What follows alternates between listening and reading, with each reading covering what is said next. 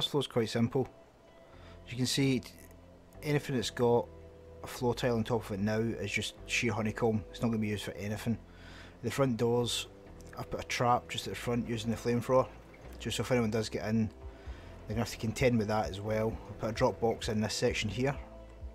As you come through, I just put a flurry of doors. I've put the cupboard in this area here, but you can move that to any one of these sections going round, or even put it in one of these areas. It's completely up to you, but remember they're going to be stacked, so you have to break that out at one point, so make sure you can actually access it. Don't completely seal it up, and you want to try and keep it as centre as possible, simply so it takes more rockets or C4 to actually get there. You can see the centre is completely stacked for your doors. This is going to be a hatch up. I'm going to incorporate a fireman slide on both sides, so you can get to both sides should you need to, if you're getting raided, quite quickly. This is only a free floor design, so it's not going to be over the top. I'm cautious of how much resources it is, so we're trying to make it as strong as possible. As we go up, we're going to start using less space. These are going to become your primary loot rooms here as we get to the third floor, so just bear that in mind. So ideally your fireman slides are going to be these ones here, so you can get straight down to your beds, get some food, get some loot, and just get back out straight away.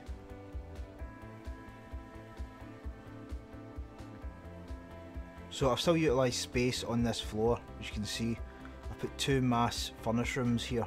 Everything you see for floor tile again is just pure honeycomb. I've tried to basically toughen this up as much as I can on this floor, because if someone does rocket in through the front or the sides, they'll be able to boost into that area. So I've tried to make it as strong as possible, but as cheap as possible as well. You can see here, the doors are double stacked again, obviously because it's come through the centre piece, and I've left gaps for the fireman slides down.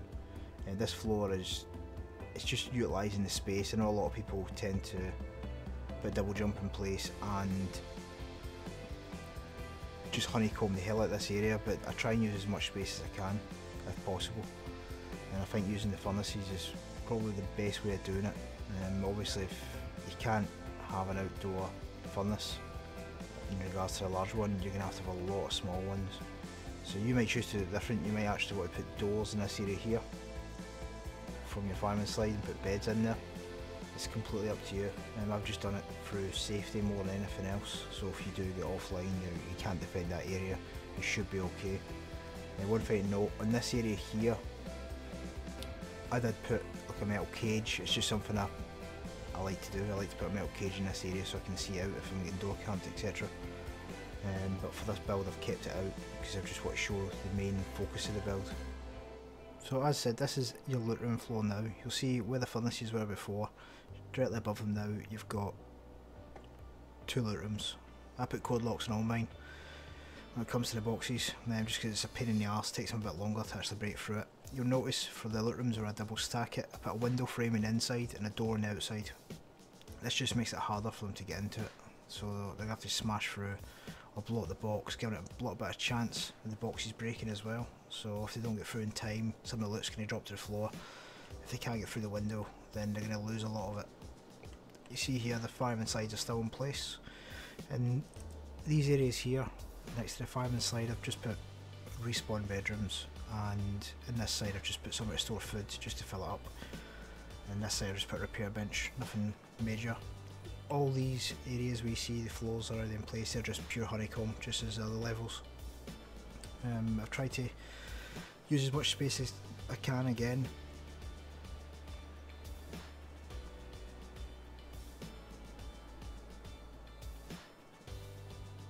So for the first part of the roof that you can see, this is how I've laid it out. I've just literally brought the hatch up, put some doors out to the side, some searchlights which are actually really good.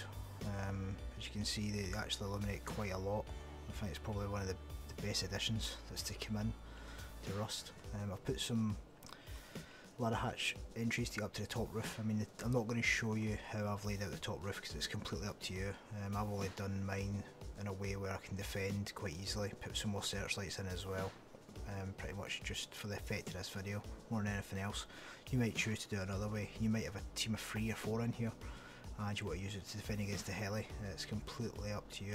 I'll take an aerial of it just now so you can see. Still got 2 jump chutes, a series of doors to get out, and 4 ladder hatches, and some low walls around the outside so you can defend and fire from shooting areas. Nothing over dramatic, it's quite simple to be honest.